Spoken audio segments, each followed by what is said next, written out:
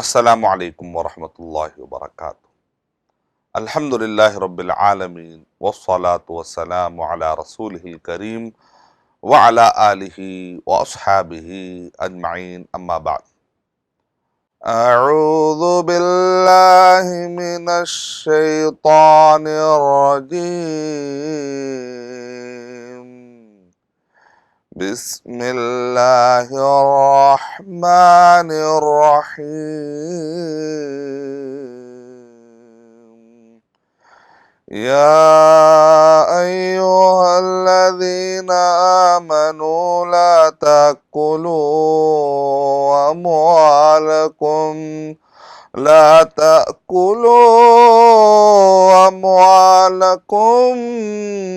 بینکم بالباطل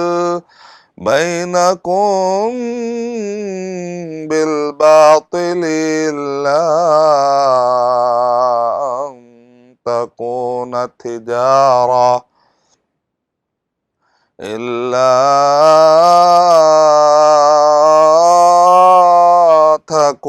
تجارة عن تراض منكم ولا تقتلوا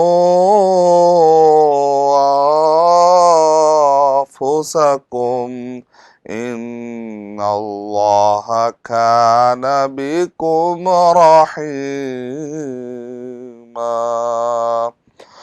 رب اشرح لي صدري ویسر لی امری واحلل عقدۃ من لسانی یفقہوا قولی۔ میں سب سے پہلے اللہ سبحانہ و تعالیٰ کا شکر بجا لاتا ہوں، بے پایاں درود و سلامتی ہو محمد مصطفیٰ صلی اللہ علیہ وسلم پر۔ محترم ناظرین کرام، عزیز طلبہ، یہ ہمارا جو سیشن ہے بیانات کی شکل میں نہیں بلکہ ایک مجلس، ایک انٹریکشن، ایک کلاسز کی شکل میں، ایک اکیڈمک مینر میں چلانے کی ہم کوشش کر رہے ہیں اللہ سبحانہ تعالیٰ کی توفیق اور مدد سے۔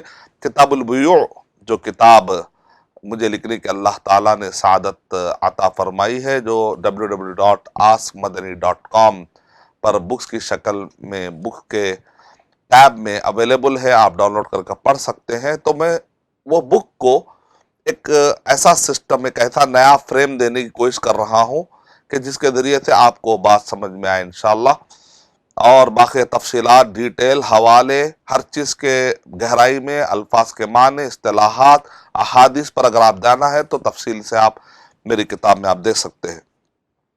تو آئیے آج ہم آگے بڑھتے ہیں، چھٹواں اصول لیتے ہیں۔ ابھی تک جو مجلسیں ہماری قائم ہوئی ہیں تو اس کے اندر جو گفتگو ہوئی، ربا پر تھوڑا میں نے مختصر گفتگو کی۔ سیکنڈ، جو ہم جب حرام کہتے ہیں تو آخر وجہ کیا ہے، تو اس کی سیکنڈ وجہ، دوسری وجہ، سیکنڈ ریزن جو ہم کو نظر آتا ہے وہ میسر، تیسرا غرر، چوتھا ہے جہالت، پانچواں ہے شرطوں کا مکمل ہونا اور موانع، محرمات سے پاک ہونا، موانع کا ختم ہونا۔ موانع یعنی مانع کی جمع موانع، رکاوٹ، یعنی کہ ایک چیز کے حکم میں آنے کے لیے جو چیزیں رکاوٹ بنتی ہے، جو محرمات ہے، جو منہیات ہے، ان سب چیزوں سے پاک ہونا چاہیے، ورنہ رکاوٹ بن جائے گی کہ وہ چیز حلال کا حکم لگانے سے رکاوٹ بن جاتی ہے۔ ٹھیک ہے، تو یہ ہم نے 5 اصول لیے ہیں۔ چھٹواں اصول، 5ویں اصول ہی پر اگر آپ غور کریں گے تو اس کے اندر چھٹواں اصول موجود ہے، لیکن میں نے الگ سے اس کو بیان کیا ہے، الگ سے پیش کرنے کی کوشش کی تاکہ ہمیں مسئلہ اور واضح سمجھ میں آ جائے۔ بعض اوقات یہ ہوتا ہے کہ ایک بہت بڑا اصول کہیں ضمنی بن کر چھپ جاتا ہے، تو میں نہیں چاہ رہا تھا کہ وہ یہ اصول چھپ جائے، کیونکہ یہ بھی ایک بہت بڑا نفیس علم ہے۔ تو چھٹواں اصول ہے کہ جو چیزیں حرام ہوتی ہیں بعض اوقات خارجی اسباب کی بنیاد پر حرام ہوتی ہے، بعض اوقات داخلی اسباب کی بنیاد پر حرام ہوتی ہے۔ جیسے آپ ایکسٹرنل اور انٹرنل ریزن کہہ سکتے ہیں آپ، یعنی بزنس اس کو کہتے ہیں خارج الماہیہ، داخل الماہیہ، یعنی یہ بزنس کا جو ماہیہ ہے، جو اس کے اندر کے جو اسٹرکچر ہے وہ تو صاف ہوتے، لیکن باہر سے امپیکٹ پڑتا ہے خارجی طور پر، اور وہ چیز کو شریعت روک دیتی ہے۔ بعض اوقات داخل الماہیہ یعنی اندرونی طور پر کچھ چیزیں خراب ہو جانے کی وجہ سے اس چیز پر غلط کا حکم لگتا ہے۔ مثال کے طور پر وضو، یہ نماز سے باہر کا حصہ ہے، لیکن اگر وضو خراب ہو جائے، ایک آدمی نے وضو برابر نہیں کیا تو نماز نہیں ہوتی۔ اسی طریقے سے نماز کے اندر سجدہ ہے، لیکن اگر کسی نے جو ہے فجر کی رکعت پڑھی اور اس نے ایک ایک سجدہ کیا، مان لیجئے ایک رکعت میں ایک سجدہ، دوسری رکعت میں ایک سجدہ، جان بوجھ کر اس نے سجدے کم کر دیے، تو کیا نماز ہو جائے گی؟ نہیں ہوگی۔ اس کو کہتے ہیں باہر، نماز کے باہر والی چیز وضو ہے، نماز کے اندر والی چیز سجدہ ہے۔ تو بزنس میں بھی ایسا پایا جاتا ہے، جیسا کہ میں نے اس سے پہلے مثال دی کہ شرطوں کا جو ہمارا پانچواں اصول تھا، شرطوں کا قائم ہونا اور موانع روکنے والی چیزوں سے رک جانا، تو اس کے لیے میں نے مثال دی تھی، جیسے شرطوں سے مراد وضو ہے، وضو اگر نہ ہو تو اذا فات الشرط فات المشروط، جان بوجھ کر ایک آدمی وضو نہ کرے نماز پڑھے تو ہم کہیں گے نماز نہیں ہوتی، کیونکہ وضو جو ہے شرط ہے نماز کی قبولیت کے لیے، اگر بے وضو ہو کر نماز پڑھے گا تو نہیں ہوگی۔ اور رکاوٹیں، یعنی کہ نماز کے دوران کھانے پینے بات کرنے سے رکنا چاہیے، لیکن اگر کوئی نہیں رکتا ہے، جان بوجھ کر کھاتا پیتا ہے تو نماز ختم ہو جاتی ہے۔ تو اسی طریقے سے بزنس میں بھی شرطیں ہوتی ہیں اور موانع سے بچنا ہوتا ہے۔ تو یہ پانچواں اصول میں نے بتایا تھا۔ چھٹواں اصول آج کا یہ ہے کہ خارجی اور داخلی اسباب کی بنیاد پر بھی فیصلوں پہ اثر پڑتا ہے۔ اب دیکھیے، کسی نے خریدنے کا ارادہ کیا، آپس میں بات چل رہی، دوسرا آدمی آتا ہے اور آ کر زیادہ پیسے لے کر اس بھائی کی ڈیل کو خراب کرتا ہے، بیع علی بیع اخی کی شکل پیدا ہو جاتی ہے کہ ایک بھائی خرید رہا تھا، دوسرا آدمی جا کر زیادہ پیسے لگا کر اس کی ڈیل چھین لیتا ہے۔ تو ایسا نہیں کرنا چاہیے، جب تک کہ وہ یا تو ہاں یا نہ کہہ کے اس ڈیل سے ہٹ نہ جائے، دوسرا آدمی انوالو نہیں ہونا چاہیے، چاہے بیچنے کا معاملہ ہو چاہے خریدنے کا معاملہ ہو۔ لیکن اگر آپ کوئی کر لے، ٹھیک ہے بھائی، ایک آدمی کہتا ہے کہ لیکن ایسا ہو گیا، آپ کیا کریں گے؟ تو علماء کرام کہہ رہے ہیں کہ خارجی مسئلہ ہے، یعنی اصل جو بزنس ہے وہ تو صحیح ہے، لیکن اس کی وجہ سے اس کو گناہ ملے گا، اور وہ اتنا اثر انداز نہیں ہے کہ بزنس ہی ٹھپ ہو جائے یا بزنس ہی غلط ہو جائے۔ بیع علی بیع اخی خارجی ایسا مسئلہ ہے کہ جس کا اتنا اثر نہیں پڑتا کہ آدمی وہ بزنس ہی ختم ہو جائے، کہیں گے وہ بزنس اپنے یہاں پر صحیح ہے، کیونکہ جو شرطیں تھی، موانع کا ختم ہونا تھا، وہ چونکہ وہ طریقہ اصولیات پورے ہوئے ہیں، وہ جو ڈھانچہ ہے، وہ جو سسٹم ہے، وہ جو نظام ہے وہ پورا ہوا ہے، صرف خارجی سبب کی وجہ سے وہ گنہگار ہوگا، لیکن بزنس اپنے یہاں پر صحیح ہے۔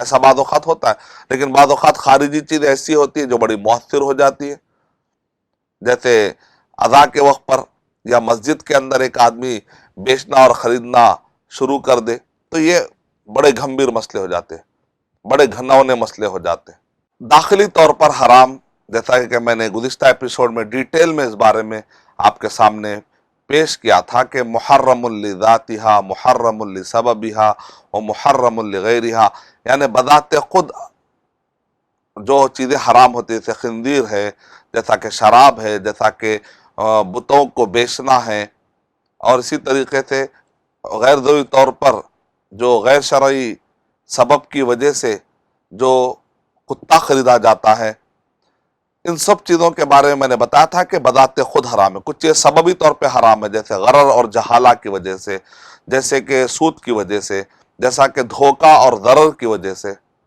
تو ان سب چیزوں سے بچنا چاہیے۔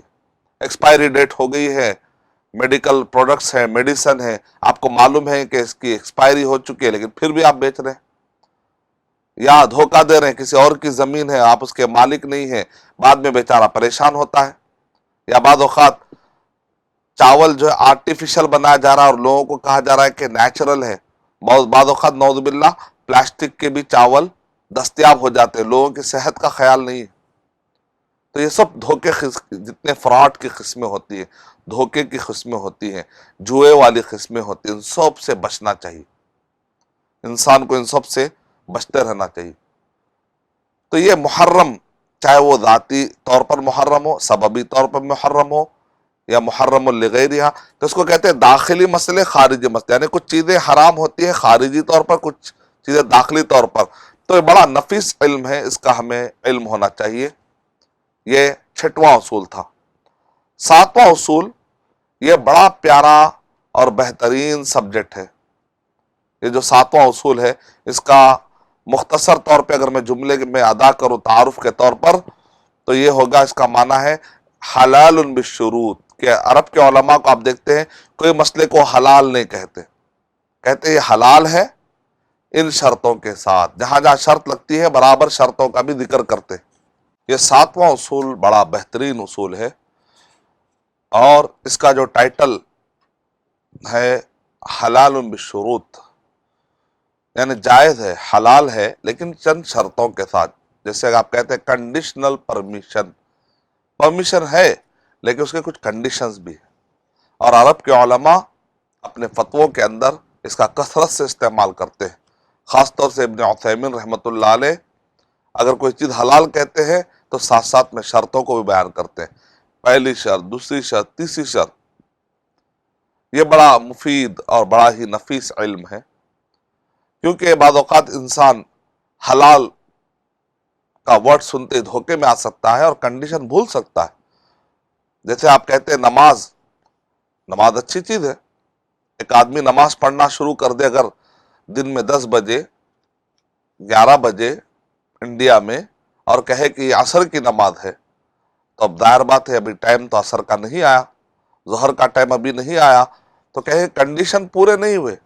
نماز اچھی چیز ہے، نماز اچھی چیز ہے، بہت اچھی چیز ہے، لیکن اس کو ٹائم پہ ادا نہیں کرنے کی وجہ سے، شرطیں پورے نہیں کرنے کی وجہ سے وہ نماز قائم نہیں ہوتی۔ تو بالکل اسی طریقے سے بزنس اچھی چیز ہے، اور آج کل بزنس کے نام پر نئی نئی قسمیں آ رہی ہیں، انسٹالمنٹ کا معاملہ ہو یا پھر وہ چین مارکیٹ کا معاملہ ہو یا پھر شیئر مارکیٹ کا معاملہ ہو، اگر آپ غور کر کے دیکھیں گے انسٹالمنٹ میں پھر اور باریکی ہوتی ہے۔ جیسے استثناء کا مطلب ہوتا ہے کہ آپ کا پیسہ لے کر آپ کے پیسے سے پروڈکٹ تیار کیا جاتا ہے، کہ کنسٹرکشن، بلڈنگ تیار کی جاتی ہے، اور آپ سے پیسہ لیا آتا ہے کئی مہینوں میں، اور وہی پیسوں سے بلڈنگ بھی تیار ہو رہی ہے۔ استثناء اس کو کہا جاتا ہے۔ یہ آج کے دور میں التاجیر المنتہی بالتملیک، رینٹ ٹو اونرشپ کانسیپٹ پایا جاتا ہے آج کے دور کا۔ یعنی مطلب یہ ہے کہ اجارہ آہستہ آہستہ آہستہ بعد میں اور ایک ایگریمنٹ الگ سے ہوتا ہے۔ جب آپ رینٹ دیتے ہیں، ایک وقت آتا ہے کہ رینٹ آپ نے اتنا دے دیا کہ اس کے بعد پھر وہ آپ سے وعدہ کرتے ہیں اگر آپ نے رینٹ پورا دے دیا تو ہم آپ سے ایگریمنٹ اور ایک بنا کر پھر آپ کو مالک بنا دیتے ہیں۔ اس کو کہتے ہیں الایجار المنتہی بالتملیک، یعنی جو شروعات میں تو رینٹ کے نام پر شروع ہوا، لیکن بعد میں اور ایک الگ سے ایگریمنٹ کر کے جب رینٹ پورے ہو جاتے ہیں تو اس کو مالک بنا دیا جاتا ہے۔ تب یہ کیا جائز ہے؟ کیا انسٹالمنٹ جائز ہے؟ کیا رینٹ اونرشپ جائز ہے؟ استثناء آپ کے پیسے لے کر اگر کوئی صنعت تیار کی جاتی ہے، کوئی مصنوعات تیار کیے جاتے ہیں، آپ جیسے خواہش کرتے ہیں اس کے حساب سے، یا آپ کو جو بتایا جاتا ہے اس کے حساب سے، تو کیا جائز ہے؟ شیئر مارکیٹ، چین مارکیٹ، تو ان سب کا جواب یہی ہے کہ جائز ہے لیکن کچھ شرطیں ہیں۔ اگر آپ یہ شرطیں ہٹا دیں گے تو ظاہر بات ہے حرام کو حلال اور حرام کو حلال کہنے والا مسئلہ پیدا ہو جائے گا۔ تو اس لیے یہ 7واں اصول بہت ہی پیارا اصول ہے۔ تو آئیے ذرا اس کو حل کرنے کی ہم کوشش کرتے ہیں۔ مثال کے طور پر، کیا قسطوں میں خرید و فروخت کا حکم کیا ہے؟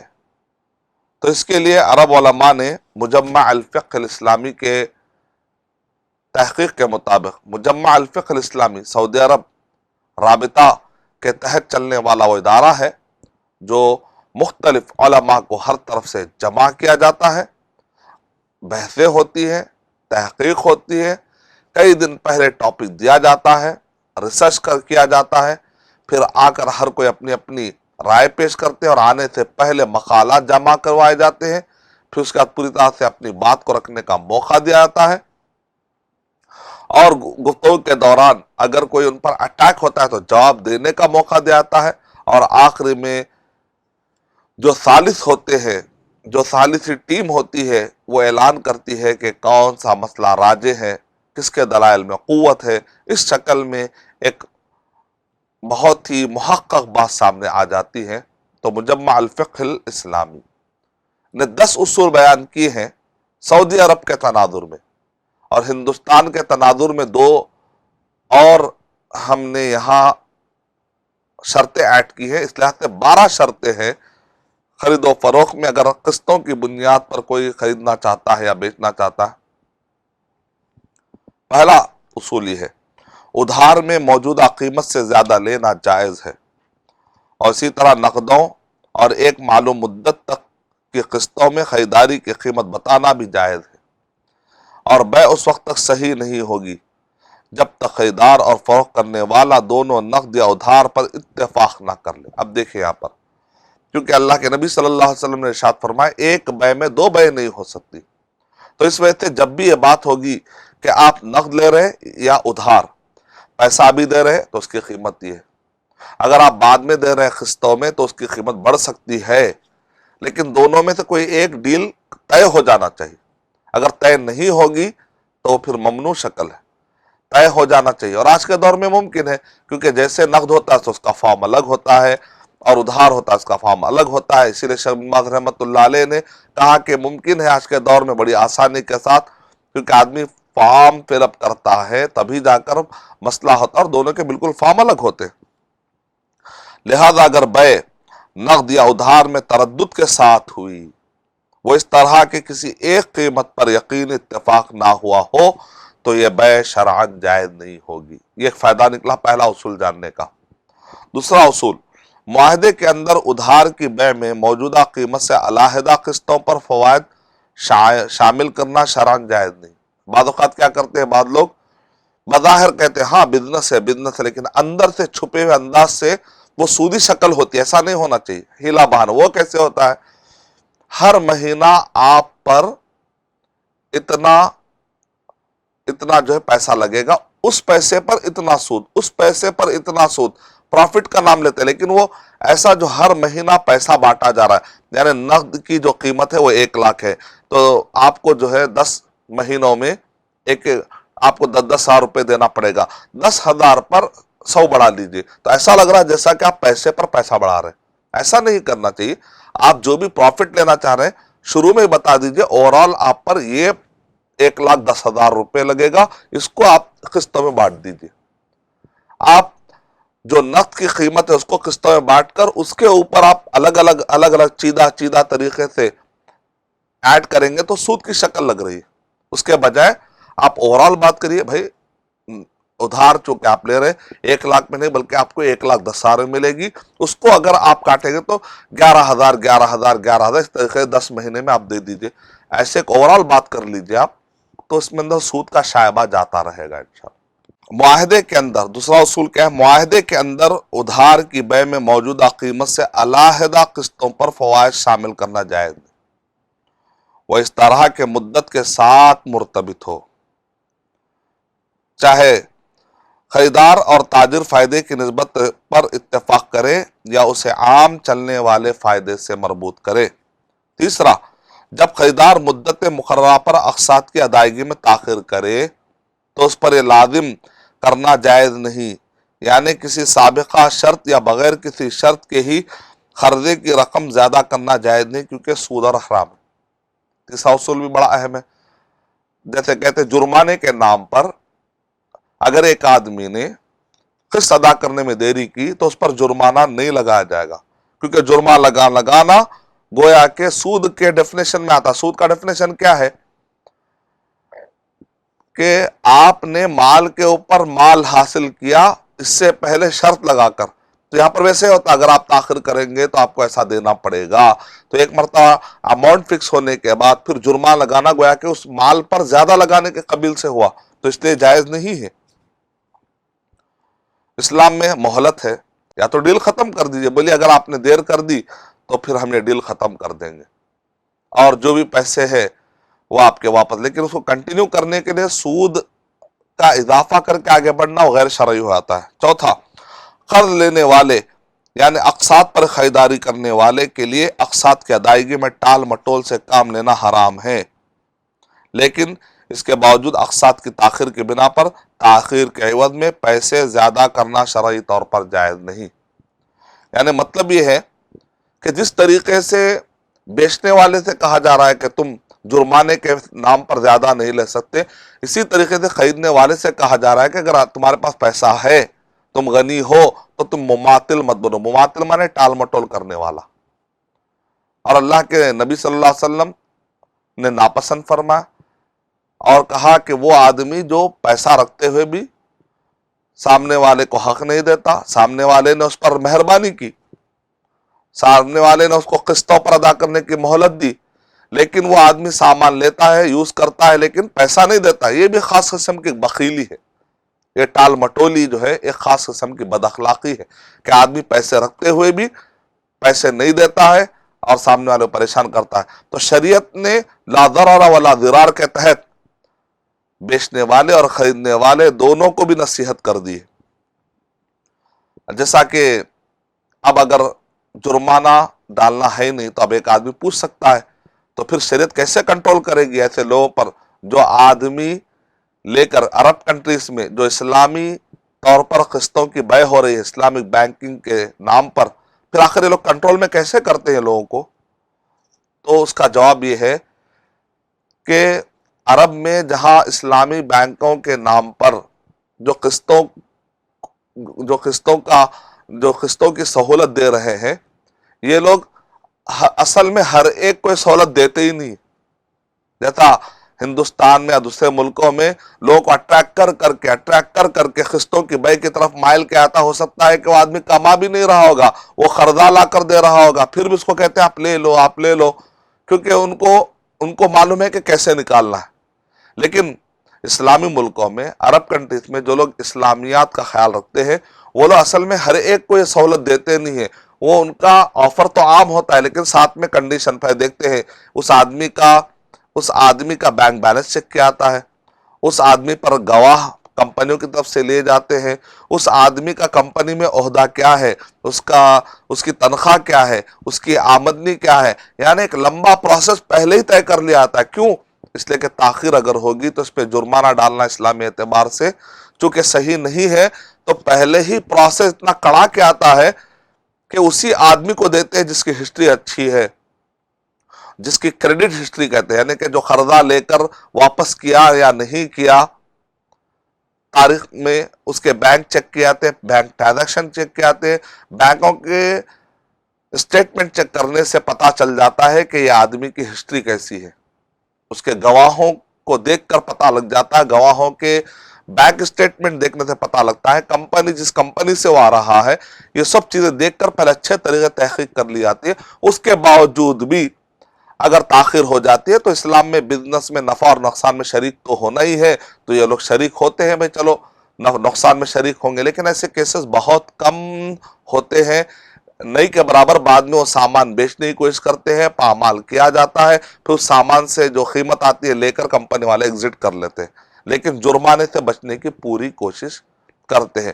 تو ان کا بھی اپنا ایک بیک اپ پلان ہے، ایسی بات نہیں ہے کہ بیک اپ پلان نہیں ہے، بیک اپ پلان ہے، لیکن طریقہ بدل جاتا ہے۔ یہاں کا بیک اپ پلان کیا ہے؟ ہر ایک کو، ہر ایرے غیرے کو، سب کو پہلے ابھار لیا جاتا ہے، جب وہ لوگ نہیں دیتے ہیں تو اس کا جرمانہ لگاتے ہیں، پھر اس کے بعد سامان اٹھایا جاتا ہے، پھر اس کا دھمکیاں دی جاتی ہے۔ بہرحال یہ ایک طریقہ ہے، اسلام میں جو طریقے بتائے گئے ہیں اس کا بیک اپ پلان بھی ہے، اس کے اپنے طریقے ہیں کام کرنے کے۔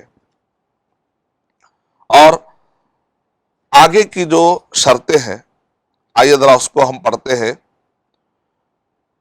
پانچواں اصول یہ ہے کہ بائع کے لیے شرعاً جائز ہے کہ وہ معاہدے کے وقت مدت کی شرط رکھے کہ خریدار نے اگر کچھ اقساط میں تاخیر کر دی تو وقت سے قبل ہی اقساط ختم کر دی جائیں گی، لیکن اس میں شرط یہ ہے کہ اگر خریدار اس پر رضامندی کا اظہار کرے تو پھر معاہدے میں شرط رکھی جا سکتی، یعنی مطلب ہے کہ اگر آپ تاخیر کریں گے تو آپ پہ جرمانہ تو نہیں پڑے گا، لیکن جرمانہ تو نہیں پڑے گا، البتہ یہ ہے کہ وہ بزنس ڈیل ہم ختم کر دیں گے۔ اب ظاہر بات ہے ایک آدمی کئی دنوں سے جو اقساط بھرا ہے اس کے لیے تو ایک تکلیف دہ بات ہوگی۔ ابن تیمیہ رحمۃ اللہ علیہ نے الشرط الجزائی کہتے ہیں اس کو، الشرط الجزائی کا مطلب ہوتا ہے جرمانہ لگانا، یہ خاص اصطلاح ہے الشرط الجزائی۔ تو جائز ہے یا ناجائز ہے، اس پر بعض علماء نے اجازت دی، بعض نے نہیں، لیکن ابن تیمیہ رحمۃ اللہ علیہ کہہ رہے ہیں کہ ایک آدمی ٹال مٹول کرنے والے کا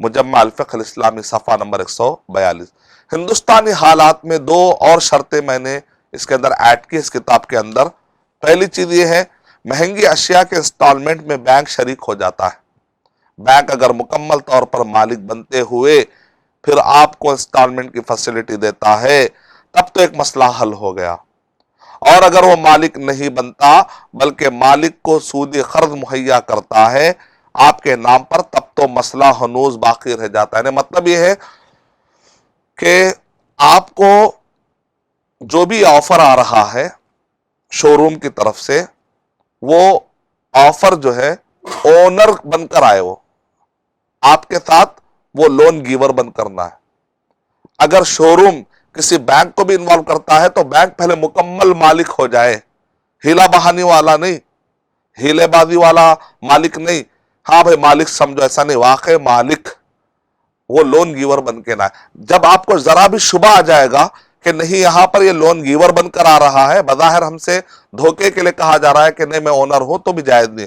ذرا برابر بھی شبہ جب باقی نہیں ہے اور آپ کو یقین ہو جاتا ہے کہ یہاں پر بینک مالک ہے اور یا شو روم مالک ہے، تب جا کر ہی ہندوستان کے حالات میں اگر وہ مکمل مالک آپ سے ڈیل کر رہا ہے تو اس کو بے کہتے ہیں۔ لیکن اگر وہ مالک نہیں بنتا بلکہ لون گیور بن کر آپ کو کہتا ہے تم کار خریدو میں تم کو پیسے دیتا ہوں، تو یہاں پر آپ کیا کر رہے ہیں؟ سودی قرضہ لے رہے، یہ جائز نہیں ہے۔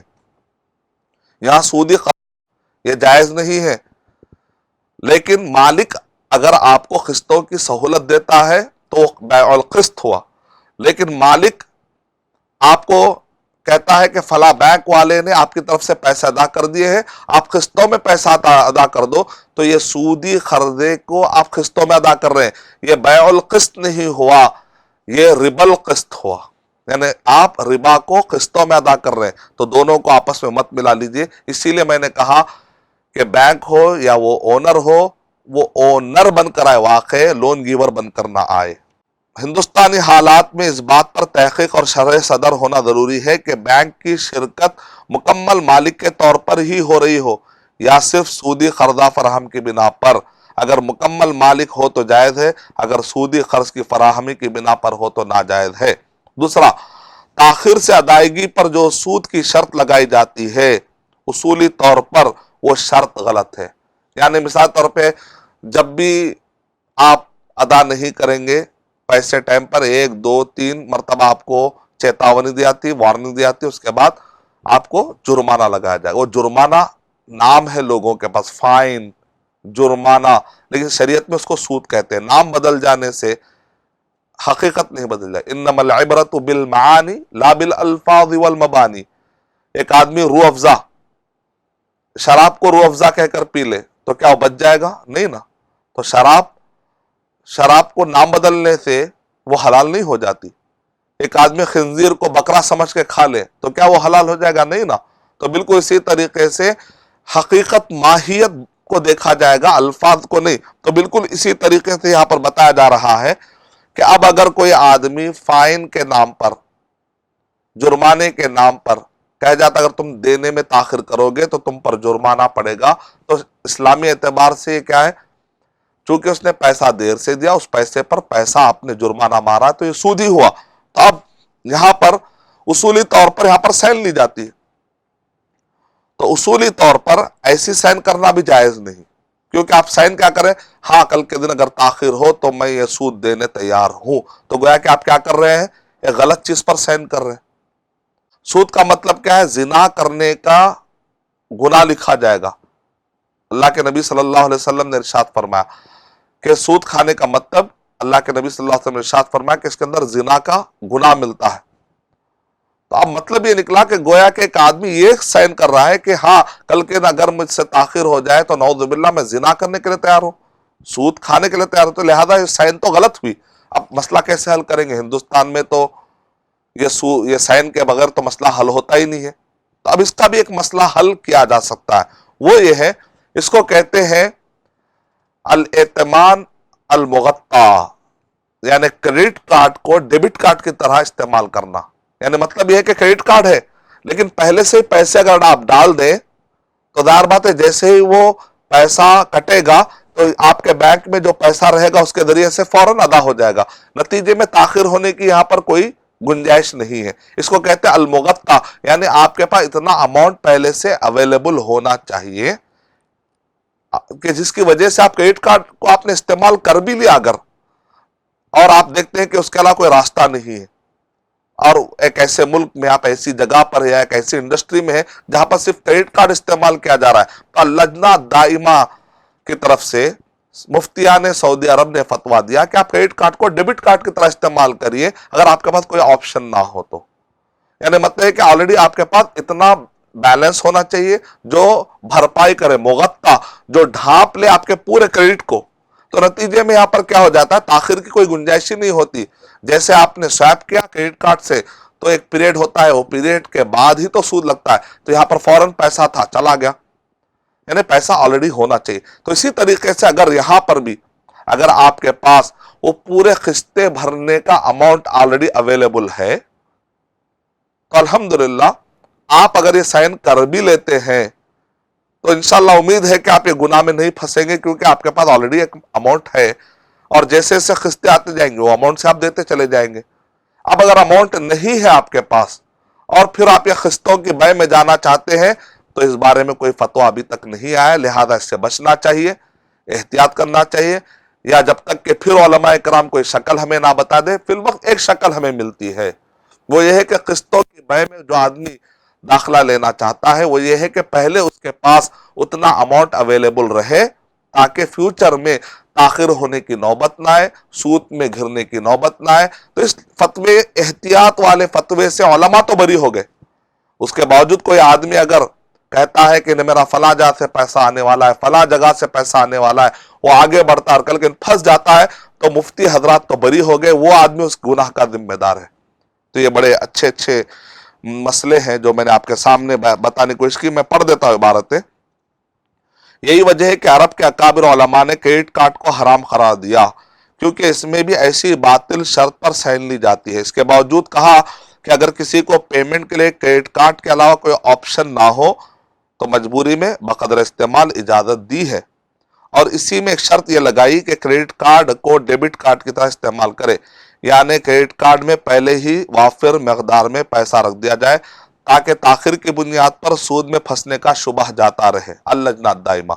اس تفصیل کو مد نظر رکھتے ہوئے اگر کسی سے جائز انسٹالمنٹ پر تاخیر کی بنیاد پر سود ادا کرنے کی سائن لی جا رہی ہو تو اصولی طور پہ سائن بھی جائز نہیں، لیکن مذکورہ بالا فتوے کی روشنی میں اگرچہ کہ ایسی سائن کروانا غلط ہے، پھر بھی اگر اس سے سائن لی جاتی ہے تو مجبور اور مظلوم شمار ہوگا۔ علماء کے فتاوے کی روشنی میں وہ معفو عنہ ہے، تکلیف مالا یطاق، بشرط یہ ہے کہ انسٹالمنٹ کی مکمل قیمت اس کے پاس موجود رہے۔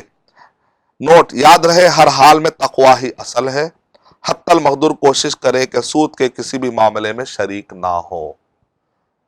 یہ شرطیں لگانے کا مطلب یہ نہیں کہ آپ کو سود میں جانے کی پلاننگ بتائی جا رہی، یہ شرطیں لگانے کا مطلب یہ ہے کہ سود سے باہر نکالنے کی پلاننگ کی جا رہی ہے۔ اور چین مارکیٹ تو ہمارا جو اصل فریم ہے اس کو آپ سمجھیے۔ میں نے تو مثال دی ہے، ہر مثال میں ایسے ہی ڈیپ میں جا سکتا ہوں، لیکن میں ڈیپ میں نہیں جا رہا ہوں۔ میرا مقصد کیا ہے، طلبہ عزیز آپ لوگ پہلے فریم سمجھے، ایک سسٹم سمجھے، اصول اور قاعدے سمجھے، بعد میں مسائل تو زندگی بھر پڑھتے رہیں گے۔ ایک فریم آپ کے ذہن میں آ جائے گا تو آپ کے لیے بزنس کے مسئلے حل کرنا آسان ہو جائے گا۔ تو ہمارا جو اصول تھا، جس اصول کو لے کر ہم آگے بڑھ رہے تھے، 7واں اصول کیا تھا؟ حلال بالشروط۔ یہی فائدہ ہے، دیکھیں حلال ہے لیکن شرطیں پوری کرو۔ جیسے انسٹالمنٹ کے لیے 12 شرطیں بتائی، بیع القسط، استثناء کے قاعدے الگ ہیں، وہ بھی دیکھنے میں تو بظاہر آپ کو قسطوں والی بے نظر آتی ہے لیکن وہ الگ قسم ہے۔ الایجار المنتہی بالتملیک، یہ بھی قسطوں کی شکل نظر آتی ہے لیکن اس کی شکل الگ ہے، اس کے ضابطے الگ ہیں۔ ایک اور مثال ہے، جیسے آج کے دور میں چین مارکیٹ، اس کے لیے بھی چند شرطیں ہیں۔ پہلی شرط یہ ہے پروڈکٹ اور سروس حلال ہونا چاہیے۔ اگر پروڈکٹ سود والا ہے تب تو پھر، یا انشورنس والا ہے یا کوئی بینک کے ہے پروڈکٹ، تو اس کا مسئلہ ہی غلط ہو گیا، انعقادی نہیں ہوا، شروعاتی نہیں، بالکل غلط۔ اب ایک آدمی کہتا ہے نہیں پروڈکٹ میرا حلال ہے، آگے کسی بھی شخص کو اس چین میں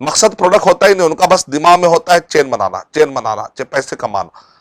اور جس کو آپ لے جا کر چپکا رہے ہیں وہ بیچارہ اس کو یوز بھی نہیں کرتا. تو کئی مرتبہ ایسا ہوتا ہے study material, I T material, وہ اس کو آئی ٹی معلوم ہی نہیں ہوتا کیا ہوتا ہے. واقعی اس کو اسٹڈی سے فائدہ ہے، وہ اسٹوڈنٹس ہیں ان کو واقعی وہ کیا ایک اسٹوڈنٹ کو اتنے سارے کتابوں کی ضرورت پڑتی ہے کیا ایک سال میں. تو بعض اوقات ایسے ایسے چیزوں میں لایا جا رہا، مقصد پتہ واضح ہو جاتا ہے کہ یہاں پر صرف چین بنانا ہے اور پیسوں کو آپس میں نعوذ باللہ یا تو کوئی بلیک منی کو وائٹ کر رہا ہے، یا کوئی اپنا پیسہ چھپا رہا ہے، یا اس کے اوپر پردہ ڈالنے کی کوشش کر رہا ہے کوئی ایک بہت بڑے دھوکے کو. ایسے کہیں پر بھی فراڈ کے جو کیسز ہوتے ہیں اس سے بری ہونا چاہیے. دنیاوی اعتبار سے فراڈ ہو تو مسلمان وہاں نظر نہ آئے، شرعی اعتبار سے بھی فراڈ اگر ہو تو وہاں پر مسلمان نظر نہ آئے. اس اصول کا مقصد ہوا کہ مقصود پروڈکٹ یا سروس کا حصول ہو. پروڈکٹ اور سروس بہانہ بند کرنا نہ رہ جائے، خالی ایک بہانہ ہے بس، ورنہ اصل تو مقصد تھا منی لانڈرنگ ہو رہی ہے، یا ایک پونزی اسکیم کی طرح ہے، یا پیسوں پر پیسہ بنانے کا چکر ہے. یہ سب چیزوں سے بری ہونا چاہیے. سود اور سٹے کی گنجائش باقی نہ رہے. چین مارکیٹ کی اصل بنیاد ایڈورٹائزنگ کے خرچوں سے بچانا اور پروڈکٹ اور سروس کے مہیا کرنے میں سہولت پیدا کرنا ہے. اسی نظریے کو آگے بڑھائیں اور شرعی اصولوں کو پورا کرے، قانون کو پورا کرے. جس ملک میں آپ رہتے ہیں وہاں کئی ملکوں میں تو اس سسٹم کو بین کر دیا گیا. بڑے بڑے چین مارکیٹ جس کو آپ کہتے ہیں چین مارکیٹ یا پیرامڈ، ایسے بہت سارے کو تو باقاعدہ بین کر دیا گیا کیونکہ اس میں اکثر دھوکہ ہی ہو رہا ہے. تو لہذا اس میں ساودھانی سے قدم رکھا جائے.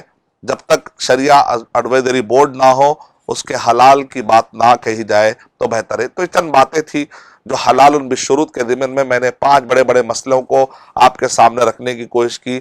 ایک ہے عقد استثناء، آرڈر پر آپ کوئی چیز تیار کرواتے ہیں، بلڈنگ یا کوئی اور چیز. اور اسی طرح دوسرا الیجار المنتہی بالتملیک، اس کے بھی کچھ اصول اور ضابطے ہیں حلال ہونے کے لیے. اور ہے بیع القسط، قسطوں کی بیع، اس کے بھی حلال ہونے کی کچھ شرطیں ہیں. چین مارکیٹ یا اسی طریقے سے شیئر مارکیٹ، ان سب کے بھی حلال ہونے کی کچھ شرطیں ہیں. 7واں جو پوائنٹ تھا حلال بالشروط، تو اس میں ہم نے 5 ٹاپکس چھیڑے تھے. اس میں سے 3 ٹاپکس کے بارے میں میں نے آپ کے سامنے گفتگو کی، خاص طور سے 2 ٹاپکس پر میں نے تفصیل سے گفتگو کی اور باقی کے 3 ٹاپکس پر میں نے تفصیل سے گفتگو نہیں کی. جو بیع القسط ہے، قسطوں کی بیع، جو 12 اصول میں نے بتائے تفصیل سے میں نے بتائے. اور اسی طریقے سے چین مارکیٹ کو تھوڑا تفصیل سے میں نے بتایا. لیکن الیجار المنتہی بالتملیک کے بارے میں انشاءاللہ بعد میں تفصیل سے پھر بتاؤں گا کسی اور موقع پر. استثناء، اس کے بھی کچھ شرطیں ہیں جو بعد میں پھر تفصیل سے کبھی میں آپ کو بتاؤں گا انشاءاللہ. اس کے بعد جو نیکسٹ 8واں اصول آ رہا ہے اس کے اندر میں پارٹنرشپ اور شیئر مارکیٹ کے بارے میں تھوڑا تفصیل سے بتاؤں گا انشاءاللہ. جب تک یہ شرطیں پوری نہیں ہوں گی، جیسے نماز کے لیے کیا شرطیں ہوتی ہیں، وضو ہونا، قبلہ رخ ہونا، کپڑوں کا پاک ہونا، زمین کا پاک ہونا. اگر یہ سب چیزیں نہ ہو تو نماز نہیں ہوتی. تو بزنس میں بھی ایسے ہی ہے کہ جب تک آپ یہ کنڈیشنز پورے نہیں کریں گے تو بزنس بھی آپ کے لیے یہ جائز نہیں ہوتا. ہم نمازوں کے مسئلے میں تو شرطوں کا بڑا خیال رکھتے ہیں، لیکن کیا ہو گیا امت مسلمہ کو کہ بزنس کے شرطوں کا خیال نہیں رکھتے. اللہ تعالیٰ سے دعا ہے کہ اللہ سبحانہ وتعالی ہمیں بصیرت عطا فرمائے. آمین وآخر دعوانا الحمدللہ رب العالمین. السلام علیکم ورحمۃ اللہ وبرکاتہ. For authentic Islamic information, please log on to www.askislampedia.com.